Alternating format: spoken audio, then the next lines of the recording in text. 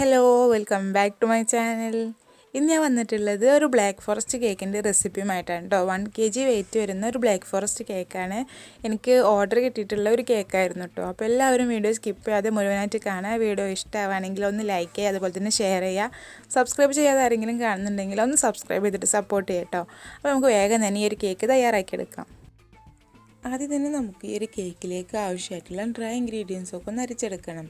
അപ്പോൾ അതിനായിട്ട് ഞാനിവിടെ ഒരു കപ്പ് മൈദ 240 ml ഒരു കപ്പിൽ ഒരു കപ്പ് മൈദ എടുത്തിട്ടുണ്ട്. ഇനി ഇതിൽ നിന്നും 2 ടേബിൾ സ്പൂൺ മൈദ എടുത്തു മാറ്റണം. എന്നിട്ട് നമ്മൾ ബാക്കിയുള്ള ഈ മൈദ മറ്റൊരു ബൗളിലേക്ക് ഇട്ട് കൊടുക്കാം. ഇപ്പോൾ ഞാൻ അളന്ന് വെച്ചിട്ടുണ്ടായിരുന്ന മൈദ ഒരു ബൗളിലേക്ക് ഇട്ട് കൊടുത്തിട്ടുണ്ട്. ഇനി ഇതിലേക്ക് നമ്മൾ 3 ടേബിൾ സ്പൂൺ കൊക്കോ പൗഡർ ചേർത്ത് കൊടുക്കാം. ഞാൻ ഡാർക്ക് കൊക്കോ പൗഡറാണ് കേട്ടോ ചേർത്ത് കൊടുക്കുന്നത്. ഒരു 3 ടേബിൾ സ്പൂൺ കൊക്കോ പൗഡർ ഇതിലേക്ക് ചേർത്ത് കൊടുക്കാം. ഇനി ഇതിലേക്ക് 1 ടീസ്പൂൺ ബേക്കിംഗ് പൗഡർ ചേർത്ത് കൊടുക്കാം. ഇനി ഇതിലേക്ക് മധുരം ഒന്ന് ബാലൻസ് ചെയ്യാൻ വേണ്ടിയിട്ട് ഒരു പിഞ്ച് ഉപ്പ് കൂടി ഇട്ട് കൊടുക്കുന്നുണ്ട് കേട്ടോ. ഇനി ഞാൻ ഇതിലേക്ക് 2 ടേബിൾ സ്പൂൺ മിൽക്ക് പൗഡർ കൂടി ചേർത്ത് കൊടുക്കുന്നുണ്ട്. ഇത് തികച്ചും ഓപ്ഷണലാണ് കേട്ടോ. അപ്പോൾ ഈ ഒരു മിൽക്ക് പൗഡർ കൂടി ചേർത്ത് കൊടുത്താൽ നല്ലൊരു ടേസ്റ്റാണ് നമ്മുടെ ഈ ഒരു കേക്കിന് കിട്ടുന്നത്. അപ്പോൾ മിൽക്ക് പൗഡർ കയ്യിലുള്ളവർ ഇതൊന്ന് ട്രൈ ചെയ്ത് നോക്കട്ടോ. നല്ല ടേസ്റ്റി ആയിട്ടുള്ളതെന്നാണ്. അപ്പം ചേർക്കണം യാതൊരു നിർബന്ധമില്ല. ഇത് നന്നായിട്ട് നമുക്കൊന്ന് മിക്സ് ചെയ്ത് കൊടുക്കാം. എന്നിട്ട് നന്നായിട്ട് ഇതൊന്ന് അരിച്ചെടുക്കാം.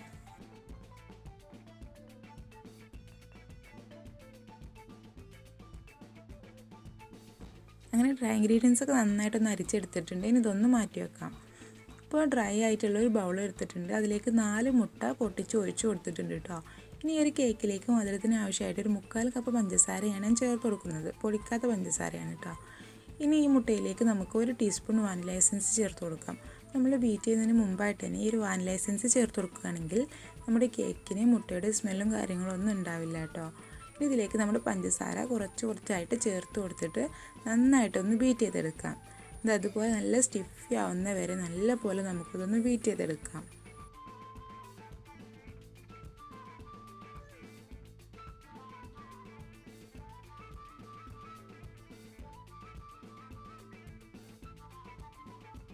ഇനി നമ്മൾ അരിച്ചെടുത്തിട്ടുള്ള ഡ്രൈ ഇൻഗ്രീഡിയൻസ് കുറച്ചായിട്ട് ചേർത്ത് കൊടുത്തിട്ട് പതുക്കെ ഈ മിക്സ് ഒന്ന് ഫോൾഡ് ചെയ്തിട്ട് നല്ല പോലെ ഇതൊന്ന് മിക്സ് ആക്കി എടുക്കാം.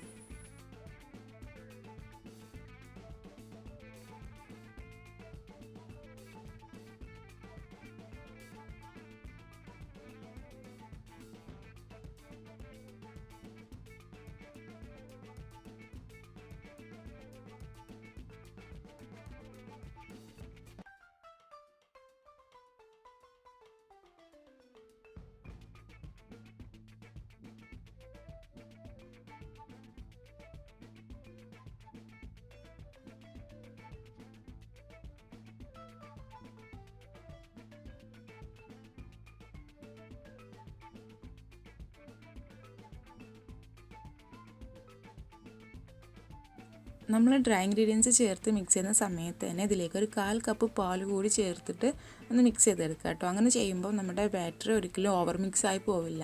നമ്മൾ ഡ്രൈ ഇൻഗ്രീഡിയൻസ് ചേർത്ത് കൊടുക്കുക, പിന്നെ കുറച്ച് പാൽ ചേർത്ത് കൊടുക്കുക, പിന്നെ ഡ്രൈ ഇൻഗ്രീഡിയൻസ് തന്നെ ചേർത്ത് കൊടുത്തിട്ട് വീണ്ടും പാൽ ചേർത്ത് കൊടുത്ത് മിക്സ് ചെയ്തെടുക്കുക കേട്ടോ. നമ്മൾ മിക്സ് ചെയ്യുന്ന സമയത്ത് പതുക്കെ ഇതൊന്ന് ഫോൾഡ് ചെയ്തെടുക്കുകയാണ് ചെയ്യേണ്ടത്. നമ്മൾ സ്പീഡിൽ ചെയ്തെടുക്കുന്ന സമയത്ത് നമ്മുടെ പൊങ്ങി വന്നിട്ടുള്ള ഈ ബാറ്റർ നന്നായിട്ട് താഴ്ന്നു പോകാനുള്ള ചാൻസ് ഉണ്ട്. ഇനി ഞാൻ ഇതിലേക്ക് 1 ടീസ്പൂൺ വെജിറ്റബിൾ ഓയിൽ കൂടി ചേർത്ത് കൊടുത്തിട്ടുണ്ട് കേട്ടോ. ഇനി ഞാൻ ഇതിലേക്ക് ചേർത്ത് കൊടുക്കുന്നത് 1 ടീസ്പൂൺ വിനാഗിരിയും ഒരു പിഞ്ച് ബേക്കിംഗ് സോഡയും ചേർത്തിട്ട് നന്നായിട്ടൊന്ന് മിക്സ് ചെയ്തെടുത്തിട്ടുള്ള മിക്സാണ്. നമുക്ക് ഈ കേക്കിനുള്ള ബാറ്റർ നന്നായിട്ടൊന്ന് മിക്സ് ചെയ്തെടുക്കാം.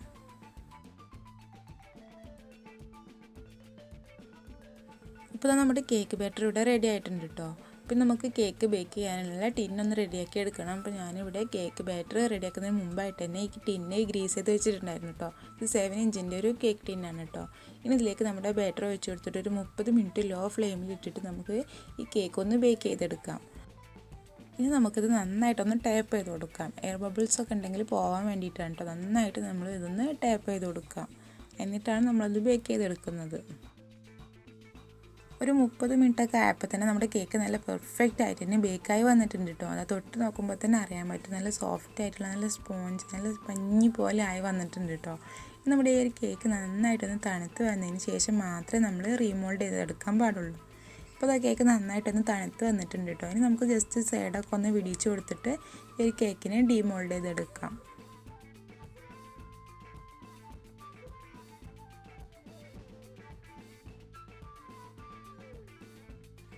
ഇപ്പോൾ ഞാൻ ഈ ഒരു കേക്കിനെ ഡിമോൾഡ് ചെയ്ത് എടുത്തിട്ടുണ്ട് കേട്ടോ. നല്ല പെർഫെക്റ്റ് ആയിട്ട് തന്നെ നമുക്കൊരു കേക്ക് കിട്ടിയിട്ടുണ്ട്. നല്ല ഹൈറ്റിൽ കിട്ടിയിട്ടുണ്ട്. അതുപോലെ തന്നെ നല്ല സോഫ്റ്റാണ് കേട്ടോ. അത് തൊട്ട് നോക്കുമ്പോൾ തന്നെ നിങ്ങൾക്ക് മനസ്സിലാവുന്നുണ്ടോ, നല്ല സ്പോഞ്ചായിട്ടുണ്ട്. ഇനി ഞാൻ ഐസിങ് ചെയ്യാൻ തുടങ്ങുകയാണ്. അപ്പോൾ അതിന് മുമ്പായിട്ട് ഈ ഒരു കേക്കിനെ നമുക്ക് 3 ലെയറായിട്ടൊന്ന് കട്ട് ചെയ്തെടുക്കാം. ഇനി നമുക്ക് ഐസിങ് ചെയ്യാൻ തുടങ്ങാം കേട്ടോ. അപ്പോൾ ഞാനിവിടെ ടേൺ ടേബിളിന് മുകളിൽ ഒരു കേക്ക് ബേസ് വെച്ച് കൊടുത്തിട്ടുണ്ട്. നമുക്ക് സെൻട്രലായിട്ട് ഒരിത്തിരി ക്രീം ഒന്ന് അപ്ലൈ ചെയ്ത് കൊടുക്കാം. എന്നിട്ട് ഫസ്റ്റ് ലെയർ വെച്ച് കൊടുക്കാം. ഇനി ഷുഗർ സിറപ്പ് വെച്ചിട്ട് നന്നായിട്ടൊന്ന് വെറ്റ് ചെയ്തെടുക്കാം.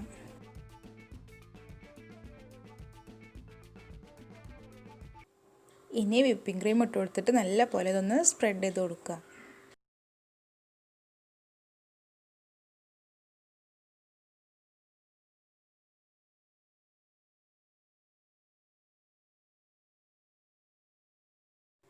ഇനി ലെയറിലായിട്ട് കട്ട് ചെയ്തെടുത്തിട്ടുള്ള ചെറിയും അതുപോലെ തന്നെ ഗ്രേറ്റ് ചെയ്ത് വെച്ചിട്ടുള്ള ഡാർക്ക് ചോക്ലേറ്റ് കൂടി ഇട്ട് കൊടുക്കാം.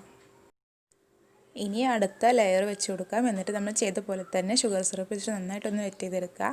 എന്നിട്ട് വിപ്പിംഗ് ക്രീം വെച്ചിട്ട് നല്ല പോലെ ഒന്ന് സ്പ്രെഡ് ചെയ്ത് കൊടുത്തതിന് ശേഷം ലെയറിലായിട്ട് ചെറിയും അതുപോലെ തന്നെ ചോക്ലേറ്റും ഇട്ട് കൊടുക്കാം.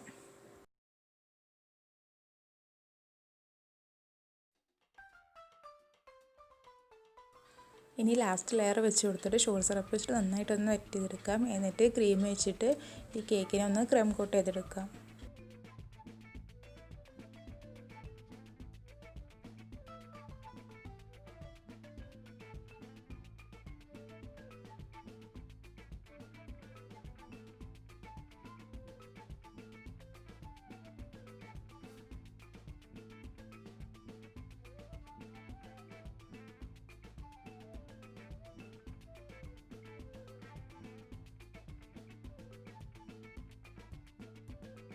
ക്രം കോട്ട് ചെയ്തെടുത്തതിന് ശേഷം നമ്മൾ അരമണിക്കൂർ ഫ്രീസറിൽ വെച്ചിട്ട് നന്നായിട്ടൊന്ന് തണുപ്പിച്ചെടുക്കണം.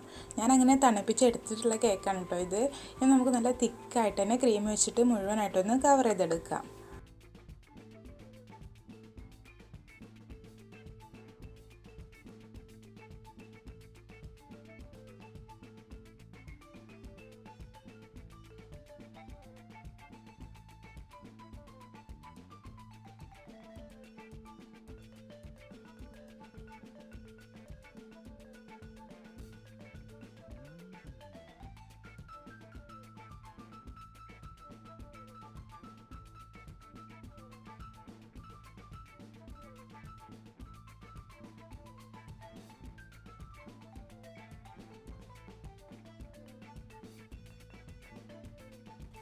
അങ്ങനെ ഞാനിപ്പം ക്രീം വെച്ചിട്ട് നന്നായിട്ടൊന്ന് കവർ ചെയ്തെടുത്തതിന് ശേഷം സ്ക്രാപ്പർ വെച്ചിട്ട് സൈഡിൽ ചെറുതായിട്ടൊരു ഡിസൈനൊക്കെ കൊടുത്തിട്ടുണ്ട് കേട്ടോ. ഡിസൈനും കാര്യങ്ങളൊക്കെ നമ്മുടെ ഇഷ്ടത്തിനനുസരിച്ച് ചെയ്തെടുക്കാവുന്നതേ ഉള്ളൂ.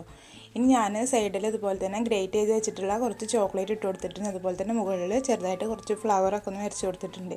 ഈ ഒരു ഡെക്കറേഷനാണ് കേട്ടോ ഞാൻ ഈ ഒരു കേക്കിൽ ചെയ്തെടുക്കുന്നത്. ഇനി നമുക്ക് ഇത് കൊടുക്കാനുള്ള കേക്ക് ആയതുകൊണ്ട് തന്നെ പേര് എഴുതാനുണ്ട്. അപ്പോൾ സെൻറ്റർ ഞാൻ കുറച്ച് ഒഴിവാക്കി വിട്ടിട്ടുണ്ട്. നമുക്ക് വിപ്പിംഗ് ക്രീമിൽ കളർ ആഡ് ചെയ്തിട്ടാണ് കേട്ടോ ഞാൻ ഈ ഒരു കേക്കിൽ പേര് എഴുതിയിട്ടുള്ളത്. അങ്ങനെ നമ്മൾ പേരൊക്കെ എഴുതിയതിന് ശേഷം കുറച്ച് വിപ്പിംഗ് ക്രീമും ബാക്കി വന്നിട്ടുണ്ടായിരുന്നു. അപ്പോൾ അത് വെച്ചിട്ട് ഞാൻ ബോർഡറും കൂടി ചെറുതായിട്ടൊന്ന് കൊടുത്തിട്ടുണ്ട് കേട്ടോ. ഇനി ഇതിൻ്റെ മുകളിൽ ഈ ഫ്ലവറിൻ്റെ മുകളിലായിട്ട് നമുക്ക് ചെറിയ കൂടി വെച്ച് കൊടുത്തിട്ട് ഒന്ന് ഡെക്കറേറ്റ് ചെയ്തെടുക്കാം.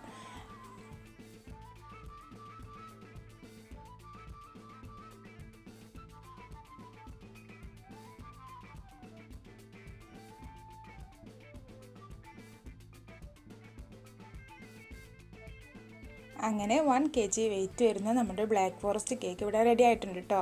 ഞാൻ ഈ ഒരു കേക്കിലേക്ക് 240 ml ഒരു കപ്പിൽ 1.5 കപ്പ് വിപ്പിംഗ് ക്രീമാണ് കേട്ടോ യൂസ് ചെയ്തിട്ടുള്ളത്. അപ്പോൾ എല്ലാവരും ഈ റെസിപ്പി ഒന്ന് ട്രൈ ചെയ്ത് നോക്കുക. എന്നിട്ട് നിങ്ങളുടെ ഫീഡ്ബാക്കൊക്കെ താഴെ കമൻറ്റായിട്ട് അറിയിക്കുക. വീഡിയോ ഇഷ്ടമായിട്ടുണ്ടെങ്കിൽ ഒന്ന് ലൈക്ക് ചെയ്യുക, അതുപോലെ തന്നെ ഷെയർ ചെയ്യുക. സബ്സ്ക്രൈബ് ചെയ്യുന്ന ആരെങ്കിലും കാണുന്നുണ്ടെങ്കിൽ ഒന്ന് സബ്സ്ക്രൈബ് ചെയ്തിട്ട് സപ്പോർട്ട് ചെയ്യാം കേട്ടോ.